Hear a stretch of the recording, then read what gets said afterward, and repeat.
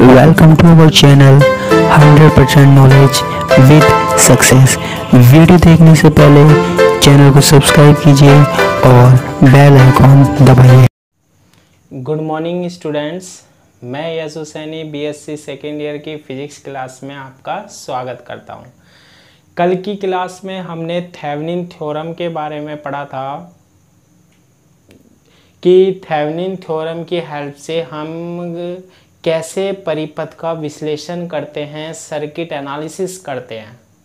और Thevenin theorem की help से हमने एक रेजिस्टर यानी कि प्रतिरोध, रेजिस्टेंस यानी कि प्रतिरोध के लिए धारा का मान ज्ञात करना सीखा था।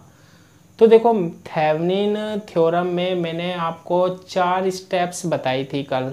क्या? सबसे पहले हम लोड रेजिस्टेंस को हटा देते हैं, रिमूव लोड रेजिस्टेंस। क्लियर है? लोड रेजिस्टेंस क्या होता था? लोड रेजिस्टेंस या लोड प्रतिरोध वह प्रतिरोध होता था जिसके लिए हमें करंट की वैल्यू का मान चाहिए होता था, करंट की वैल्यू चाहिए होती थी, है ना। धारा का मान ज्ञात करना होता था। वो हमारे पास क्या होता है? लोड रेजिस्टेंस यानी लोड प्रतिरोध होता था। सेकंड स्टेप में हम क्या करते थे? जो लोड हटा देते ना, तो टर्मिनल क्या हो जाते थे? खुले हो जाते थे। उनके मध्य हम वोल्टता ज्ञात करते थे, जिसे हमने किससे रिप्रेजेंट करा था? ई इक्विवेलेंट से रिप्रेजेंट किया था। तो ई इक्विवेलेंट की वैल्यू ज्ञात करते हैं। थर्ड स्टेप में हमने क्या किया था कि जेड इक्विवेलेंट की वैल्यू ज्ञात करते हैं। और जेड इक्विवेलेंट की वैल्यू हम कैसे ज्ञात करते हैं? जब जितने भी सोर्स हैं, स्रोत लगे हुए हैं, वोल्टा स्रोत है या फिर धारा स्रोत है, करंट सोर्स है, उनको उनकी आंतरिक प्रतिबाधा यानी इंटरनल इम्पीडेंस से क्या कर दिया जाए? व्यक्त कर दिया जाए। और इंटरनल इम्पीडेंस मैंने आपको बताया था कि जो हमारे पास वोल्टा स्रोत होता है, वोल्टेज सोर्स होता है ना, उसका इम्पीडेंस कैसे व्यक्त करोगे? सिंपल तार के द्वारा जोड़ दोगे वोल्टा स्रोत हटा के। और अगर करंट सोर्स है, धारा स्रोत है, तो उसको खुला छोड़ देना है। मैंने कल बता दिया था यहाँ तक, है ना। और लास्ट में क्या करते हैं? ई इक्विवेलेंट, जेड इक्विवेलेंट और आर एल को कैसे जोड़ देते हैं? हम श्रेणी क्रम में जोड़ देते हैं। तो हमें लोड के लिए क्या प्राप्त हो जाती है? करंट प्राप्त हो जाती है, धारा प्राप्त हो जाती है। ठीक है। तो आज हम थेवेनिन प्रमेय पर बेस क्या देखते हैं? न्यूमेरिकल देखते हैं। मैं आपको ये न्यूमेरिकल करा रहा हूँ, जो ये यूनिवर्सिटी में आया हुआ न्यूमेरिकल है। क्लियर है? एज इट इज आते हैं न्यूमेरिकल, वैल्यू चेंज होती है कई बार, लेकिन ये आया हुआ क्वेश्चन है, रिपीटेशन होता है क्वेश्चनों का, तो ये दोबारा भी क्या आ सकता है? आ सकता है। ठीक है। एक क्वेश्चन मैं कराता हूँ, बाकी आपको करने के लिए दूंगा। आप उस क्वेश्चन को करना और मेरे को कमेंट में उनके आंसर लिख के देना। मैं बताऊंगा उनके आंसर क्या आएंगे, है ना। तो देखो, ये एक क्वेश्चन है हमारे पास और इसको किसकी हेल्प से करना है? हमें थेवेनिन थ्योरम की हेल्प से करना है। क्वेश्चन क्या कह रहा है कि निम्न परिपथ का थेवेनिन तुल्य परिपथ खींचिए तथा लोड प्रतिरोध आरएल से प्रवाहित धारा का मान ज्ञात कीजिए। थेवेनिन तुल्य परिपथ क्या होता है ये भी सुन लो एक बार।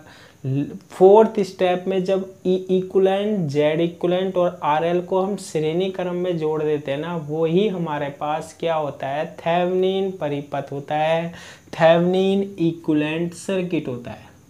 और लोड प्रतिरोध आर एल से प्रवाहित धारा का मान ज्ञात करना है। ये आर एल जो है हमारे पास, उसकी वैल्यू दे रही की है हमारे पास कितनी? 7 ओम दे रही की है। तो आपको 7 ओम के लिए किसकी वैल्यू फाइंड आउट करनी है? करंट की। करते हैं हम, देखो क्वेश्चन को। तो यहाँ 12 वोल्ट का हमारे पास क्या रखा हुआ है? स्रोत है, सोर्स लगा हुआ है ना। तो देखो कैसे सोल्व करते हैं। फर्स्ट स्टेप क्या कहती है थेवेनिन की? कि लोड प्रतिरोध आरएल को हटा देते हैं, रिमूव लोड रेजिस्टेंस। तो इसमें हमारे पास क्या बनेगा? देखो यहाँ पर तो कितना है? 3 ओम का रेजिस्टेंस है, यहाँ पर हमारे पास कितने वोल्ट की बैटरी है, 12 वोल्ट की बैटरी है। यहाँ पर हमारे पास कितने ओम का रेजिस्टेंस है, 6 ओम का रेजिस्टेंस है। यहाँ पर हमारे पास कितने ओम का है, 7 ओम का रेजिस्टेंस है। ये टर्मिनल ए है और ये टर्मिनल बी है। तो सबसे पहले स्टेप में क्या करते हैं हम, लोड रेजिस्टेंस, लोड प्रतिरोध को हटा देते हैं। तो हमने रिमूव कर दिया यहाँ से क्या, लोड प्रतिरोध। सेकंड स्टेप में क्या करते हैं, जो खुले टर्मिनल होते हैं, खुले टर्मिनल के मध्य, ठीक है, ये जो टर्मिनल है ना ए एंड बी, इनके बीच में हम क्या ज्ञात करेंगे, वोल्टेज ज्ञात करेंगे।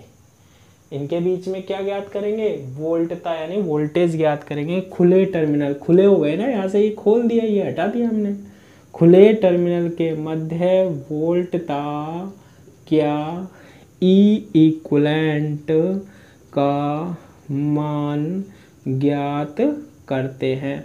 क्यों कर रहे हैं हम ऐसा, क्योंकि क्वेश्चन में बोल रहा है आरएल से प्रवाहित धारा का मान ज्ञात करो, इस आरएल से। तो ये स्टेप्स होती है ना करने के लिए, ये क्या है हमारे पास, स्टेप्स है। और किसकी स्टेप्स है, थेवेनिन की स्टेप है,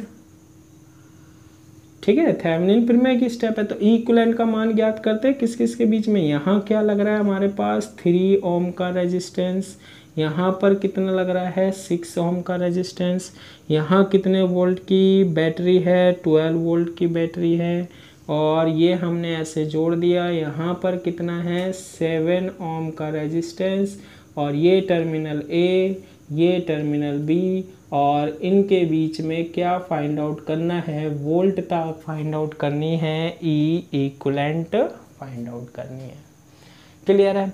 अब आप देखो इक्विवेलेंट कैसे फाइंड आउट करेंगे। ये 12 वोल्ट की सेल है आपके पास, इसके कारण करंट फ्लो हुई, सपोज कीजिए कितनी करंट फ्लो हो रही है यहाँ पर, आई। क्लियर है। अब ये करंट जब आगे जाएगी तो यहाँ जाएगी, इस पॉइंट पर आके क्या ये करंट आगे जाएगी, ये करंट आगे नहीं जाएगी। क्यों नहीं जाएगी, क्योंकि ये क्या पड़ा है, खुला। और जब टर्मिनल खुले होते हैं ना तो करंट फ्लो नहीं होता है, खुले परिपथ में धारा प्रवाहित नहीं होती है। तो ये सारी की सारी जो करंट है ना वो इधर गई, और सारी की सारी करंट घूमती हुई यहीं घूमेगी, बस इसी में घूमती जाएगी ये करंट। क्लियर है ये वाली बात। अब आप इस परिपथ को ऐसे बना सकते हैं, ये 7 ओम हमारे पास काम में ही नहीं आएगा क्योंकि ये खुले परिपथ में लगा हुआ है। तो ये क्या बनेगा हमारे पास, ये 3 ओम का बन जाएगा। रेजिस्टेंस तो है ही, यहाँ हमारे पास क्या है, 12 वोल्ट की बैटरी है। यहाँ पर क्या है हमारे पास, 6 ओम का क्या है, रेजिस्टेंस है। और ये टर्मिनल ए बन रहा है हमारे पास, और ये टर्मिनल बी। उसके सापेक्ष कुछ काम में नहीं आ रहा। और हमें क्या ज्ञात करना है, ई इक्विवेलेंट की वैल्यू को फाइंड आउट करना है। ये एज इट इज़ हमारे पास स्टेप्स आपको याद रखनी है।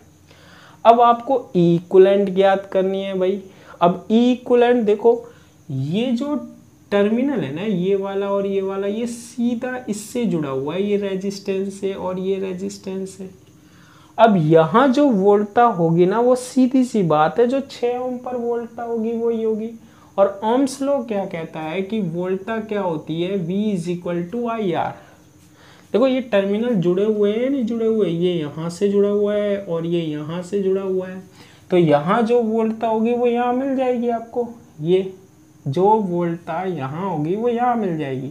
ये 6 ओम तो हमें मिल गया, लेकिन इसमें से करंट भी तो फाइंड आउट करना पड़ेगा ना, पहले कितनी बह रही है इसमें, 6 ओम में। तो इसके लिए आप क्या करो, देखो ये 12 वोल्ट है ना, इससे मान लो करंट फ्लो हो रही है, आई ऐसे गई, आगे तो जाएगी नहीं, और ऐसे घूम रही है हमारे पास, ये करंट बह रही है इसमें। अब इसमें KVL लगा दो आप, धारा की वैल्यू मिल जाएगी KVL से। देखो ये कितने पॉइंट है, 1st, 2nd, 3rd और 4th। KVL की कंडीशन मैंने क्या बताई थी, कोई भी एक पॉइंट लेते हैं, उस पॉइंट से चलते हैं और घूमकर वापस से वहीं आते हैं। देखो मैं यहाँ से चल रहा हूँ, ऊपर गया, माइनस चिन्ह आ रहा है, तो माइनस का कितना 12 वोल्ट ऊपर गया। अब देखो इधर गया, अगर हम करंट की डायरेक्शन में घूम रहे हैं तो पॉजिटिव लेते हैं, करंट के अपोजिट घूम रहे हैं तो नेगेटिव। अब करंट भी ऐसे ही जा रहा है, हम भी ऐसे जा रहे हैं, तो क्या आएगा प्लस। देखो बैटरी में तो माइनस पहले आया तो माइनस, प्लस पहले आया तो प्लस, लेकिन रेजिस्टेंस में अगर करंट की डायरेक्शन में चल रहे हो ना तो प्लस आएगा। कितना है यहाँ पर देखो 3, और करंट कितनी मानी है, आई मानी है। यहाँ आए, यहाँ पर देखो कितनी है +6, और 6 में कितनी करंट बह रही है, आई बह रही है, आई फ्लो हो रही है, इज इक्वल टू क्या हो गया, 0 हो गया। इसको सोल्व करते हैं, -12 + 6 + 3 9i इज इक्वल टू क्या, 0। और यहाँ से 9i की वैल्यू कितनी आएगी, 12 आएगी, तो i इज इक्वल टू 12/9, तो कितना आएगा हमारे पास 4/3। तो i की वैल्यू कितनी आ गई, 4/3 आ गई। बना लोगे।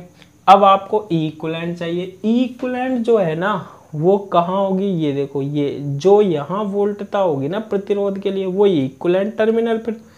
तो 6 ओम के लिए वोल्टता, 6 ओम के लिए वोल्टता या वोल्टेज की वैल्यू जो होती है ना, पोटेंशियल जो होता है जिसे हम बोलते हैं, वो कितना आएगा, E equivalent is equal to V is equal to I R. तो I कितनी है, देखो यहाँ पर कितनी करंट फ्लो हो रही है 6 ओम में से, 4/3, श्रेणी क्रम है इसमें, 4/3 इंटू R की वैल्यू कितनी है, 6 है, तो 3 से कितनी बार कट गया, 2 बार, और ये कितना बन जाएगा हमारे पास 8 वोल्ट। तो इक्विवेलेंट हमारे पास कितना आ जाएगा, 8 वोल्ट आ जाएगा। ठीक है, इक्विवेलेंट की वैल्यू कितनी आ गई, 8 वोल्ट आ गई। फिर इसके बाद हम करते हैं क्या, स्टेप थर्ड। स्टेप थर्ड में क्या करते हैं, Z इक्विवेलेंट का मान ज्ञात करते हैं। Z इक्विवेलेंट का मान ज्ञात करते हैं, जबकि स्रोतों को, कल बता चुका हूँ मैं इनको, जबकि स्रोतों को यानी सोर्सों को उनकी आंतरिक प्रतिबाधा, इंटरनल इम्पीडेंस, आंतरिक प्रतिबाधा से रिप्रेजेंट कर दें, व्यक्त किया जाए। तो कैसे करते हैं, ध्यान से सुनना है। देखो यही वाला है, लोड हटाया हुआ वाला परिपथ 3 ओम का लगा हुआ है, तो 3 ओम का रेजिस्टेंस तो एज इट इज लगा देते हैं। फिर उसके बाद 7 ओम का रेजिस्टेंस लगा हुआ है, तो 7 ओम का क्या लगा देते हैं, रेजिस्टेंस लगा देते हैं। यहाँ कितने ओम का है, 6 ओम का है, यहाँ पर भी हमने क्या लगा दिया, 6 ओम का। अब देखो ये जो है ना, ये 12 वोल्ट है, ये वोल्टेज सोर्स है, वोल्टा स्रोत है, और मैंने कल आपको बताया था वोल्टा स्रोत अगर लगा हो तो उसकी आंतरिक प्रतिबाधा कैसे व्यक्त करते हैं, सिंपल तार जोड़ दो उसकी जगह। तो मैं आज यहाँ पर क्या करता हूँ, बिल्कुल सिंपल जोड़ दिया हमने यहाँ पर, और यहाँ क्या है 7 ओम, ये टर्मिनल A है और ये टर्मिनल क्या है, B है, और यहाँ से देखेंगे Z इक्विवेलेंट। अब Z इक्विवेलेंट होता क्या है, Z इक्विवेलेंट होता है हमारे पास कुल रेजिस्टेंस होता है, कुल प्रतिबाधा होती है, प्रतिरोध होता है। और ये कैसे निकालेंगे, बस इसमें श्रेणी क्रम और समांतर क्रम देखना है, सीरीज कॉम्बिनेशन और पैरेलल कॉम्बिनेशन देखना है। तो आप देखो इसमें कैसे पहचानोगे सीरीज कॉम्बिनेशन और पैरेलल कॉम्बिनेशन, तो मैं जस्ट आइडिया दे देता हूँ कि ये जो टर्मिनल है ना A और B के बीच में फाइंड आउट करना है आपको। तो आप क्या मानो, A से करंट आ रही है, ये मेरा तरीका है ना ऐसे फाइंड आउट करने का इजी। वैसे तो मेरे को देखते ही पता लग रहा है, लेकिन आपको समझने के लिए बता रहा हूँ कि यहाँ से मान लो कोई करंट बह रही है, कितनी फ्लो हो रही है, I1, यहाँ से ये आगे गई, ये कितने भागों में डिवाइड हो रही है, 2 भागों में।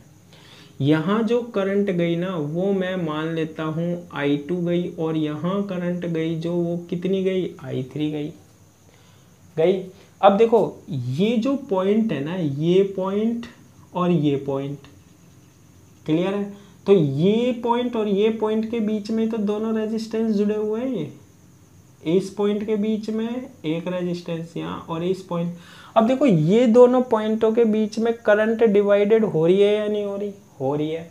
जब भी धारा बट जाती है तो वो प्रतिरोध कौन से क्रम में होते हैं? समांतर क्रम में होते हैं, पैरेलल कॉम्बिनेशन में होते हैं। धारा बट रही है नहीं बट रही? दोनों में बट रही है। यही तो दो हैं रेजिस्टेंस बस हमारे पास। और यहाँ पर करंट देखो बट रही है नहीं बट रही? बट रही है, यानी कि कैसे कॉम्बिनेशन है? पैरेलल कॉम्बिनेशन है। 3 ओम व 6 ओम कैसे क्रम में है? समांतर क्रम में, पैरेलल कॉम्बिनेशन में। कौन से कॉम्बिनेशन में? पैरेलल कॉम्बिनेशन में। कैसे निकालते हैं हम फिर इसका एक तुल्य प्रतिरोध? 1/R is equal to 1/R1 plus 1/R2। 1/R is equal to 1/R1। R1 की जगह कितना है? 3 प्लस 1/R2। R2 की जगह 6। सोल्व कर लो फटाफट, यहाँ 6 आ जाएगा। 2 प्लस 1 3/6 यानी 1/2। और उल्टा कर देंगे हम तो R इज इक्वल टू कितना आ जाएगा? 2 ओम आ जाएगा। यानी कि ये दोनों का जो कॉम्बिनेशन हो रहा है ना हमारे पास, जुड़ के ये दो रहे हैं, ये कितना ओम बना रहे हैं? 2 ओम बना रहे हैं। तो कैसे लिखोगे? देखो यहाँ तो कितना है आपके पास? 7 ओम है। ये टर्मिनल A है, और इन दोनों, इस बिंदु और इस पॉइंट और इस पॉइंट, दैट पॉइंट और ये पॉइंट है ना, इसके बीच में कितना लगा देते हैं हम? दोनों का संयोजन कितना? 2 ओम। बाकी आप श्रेणी क्रम, समांतर क्रम जैसे भी सोल्व करते हैं सोल्व करना। और ये आ जाएगा पॉइंट B, और यहाँ से हम देख रहे हैं A और B के बीच में क्या? कुल प्रतिबाधा Z इक्विवेलेंट। अब देखो यहाँ से फिर देखो आप A और B के बीच में आपको फाइंड आउट करना है। यहाँ से करंट मानो, जितनी करंट इस 7 ओम में से जाएगी उतनी ही जाएगी या नहीं जाएगी? बताओ। 2 ओम में से जाएगी। अब बट तो रहा नहीं है, यहाँ पर डिवाइड नहीं हो रहा है, तो ये दोनों कैसे क्रम में होंगे? श्रेणी क्रम में। और सीरीज कॉम्बिनेशन या श्रेणी क्रम में कैसे जोड़ते हैं हम? R is equal to R1 plus R2। अब ये सीधा टोटली तो मिल रहा है, तो इसे हम किससे रिप्रेजेंट करते हैं? Z इक्विवेलेंट से। और कितना आ जाएगा Z इक्विवेलेंट से? 7 plus 2। 7 plus 2 is equal to 9 ohm. तो Z इक्विवेलेंट की वैल्यू आपके पास कितनी आ गई? 9 ओम आ गई। तो हमने E इक्विवेलेंट फाइंड आउट कर लिया। दूसरा हमने Z इक्विवेलेंट को क्या कर लिया? फाइंड आउट कर लिया। अब लास्ट स्टेप रह रही है हम, और उस स्टेप को ख़त्म कर लेंगे तो हमारे पास किसकी धारा आ जाएगी? किसमें से प्रवाहित धारा आ जाएगी? 7 ओम से। तो फोर्थ स्टेप क्या होती है हमारे पास? लास्ट स्टेप कि E equivalent comma Z equivalent व RL को कैसे? सीरीज कॉम्बिनेशन में जोड़ देते हैं, श्रेणी क्रम में जोड़ते हैं। तो तीनों को हम किस में जोड़ दें? श्रेणी क्रम में। E इक्विवेलेंट क्या होता है? E इक्विवेलेंट एक वोल्टा स्रोत है, बैटरी एक तरीके की, ऐसे बोल सकते हैं। तो यहाँ पर आप एक स्रोत लगा दो जिसमें क्या हो? प्लस और माइनस। बैटरी में प्लस और माइनस होता है। कितने वोल्ट का है? 8 वोल्ट का है। क्लियर है? फिर Z इक्विवेलेंट देखो, Z इक्विवेलेंट क्या होती है? प्रतिरोध या प्रतिबाधा 9 ओम का है। यहाँ सीरीज में जोड़ दो हमारे पास कितने ओम का? Z इक्विवेलेंट तो कितने का है? 8 वोल्ट का। Z equivalent is equal to कितने का है? 9 ओम का। ये जोड़ दिया। अब जिसके लिए आपको करंट फाइंड आउट करनी है ना, लोड को, वो वापस जोड़ दो जो हटाया था A और B के बीच में। क्या हटाया था हमने? 7 ओम। तो 7 ओम को क्या कर दो? वापस से जोड़ दो। अब जो इस परिपथ में करंट फ्लो होगी, मान लो इस परिपथ में कितनी करंट फ्लो हो रही है? I। इसमें जो करंट फ्लो होगी ना, इस सर्किट में जो करंट फ्लो होगी ना, वो करंट किस रेजिस्टेंस के लिए है? 7 ओम रेजिस्टेंस के लिए है। लोड प्रतिरोध के लिए वो धारा होती है। ध्यान से सुनना, जो क्वेश्चन में आप, जो मैं आपको बता रहा हूँ वो ध्यान से कॉन्सेप्ट क्लियर कर लेना। तो ये किसके लिए धारा होती है? 7 ओम के लिए। तो देखो इसमें आप ओम का नियम लगा दो। ओम का नियम क्या कहता है? I is equal to V upon R. V कितना है? E equivalent. तो यहाँ लिख देता हूँ ई इक्वलेंट। और आर क्या है? ये दोनों श्रेणी क्रम में आर एल। ये क्या होता है? R L. तो इसको लिख सकते हैं वी अपॉन आर। आर की जगह क्या है? Z equivalent plus Z L. Z L या आर एल, आर एल से रिप्रेजेंट है तो आर एल। ठीक है, अब वैल्यू रख दो, बस आंसर आ जाएगा। ई इक्वलेंट की वैल्यू कितनी है? 8 है अपॉन जेड इक्वलेंट की वैल्यू कितनी है? 9 है प्लस आर एल की वैल्यू कितनी है? 7 है। तो इसको सोल्व करते हैं तो कितना आएगा? 8 अपॉन 9 प्लस 7 16।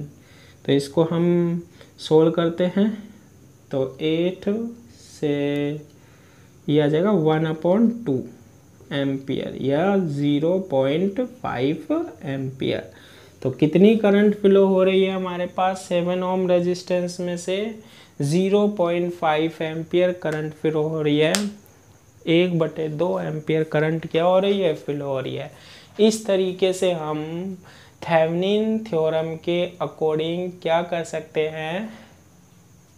करंट ज्ञात कर सकते हैं परिपथ के किसी भी प्रतिरोध के लिए, जिसे हम क्या बोलते हैं? लोड प्रतिरोध, लोड रेजिस्टेंस बोलते हैं। अब देखो वो जो क्वेश्चन यूनिवर्सिटी में आए हुए हैं वो क्वेश्चन मैं आपको करने के लिए देता हूँ, आप उसको करके देखना है ना, और उसके आंसर मेरे को आप कमेंट में लिख के भेजना। बाकी जो भी आंसर होंगे सही गलत मैं आपको कमेंट करके रिप्लाई करूँगा ना। तो क्वेश्चन मैं लिख देता हूँ, उसे आपको सोल्व करना है ना। और ये वही क्वेश्चन है जो यूनिवर्सिटी में आए हुए हैं, ध्यान रखना। तो ये क्वेश्चन करना है एज इट इज़ नोटबुक में, है ना। पहले ये जो मैंने कराया है पहले अच्छे से समझ लेना है और उसके बाद क्वेश्चन लिख लेना है। इसमें भी कितने क्वेश्चन हैं? 2 हैं।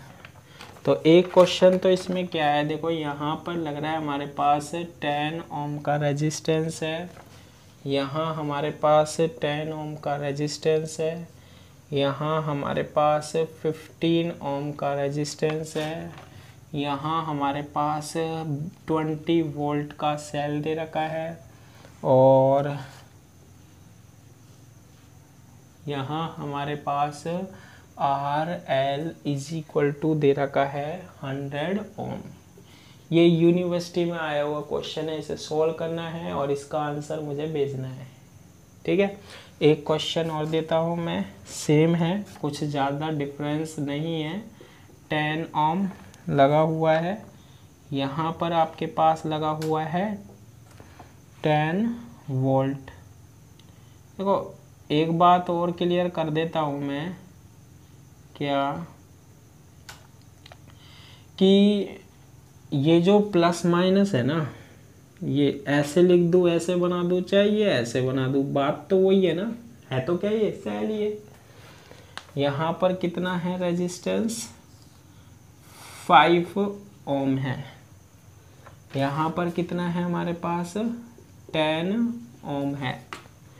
और यहाँ पर हमारे पास कितना लग रहा है? यहाँ पर ए और बी के बीच में रेजिस्टेंस है कितना?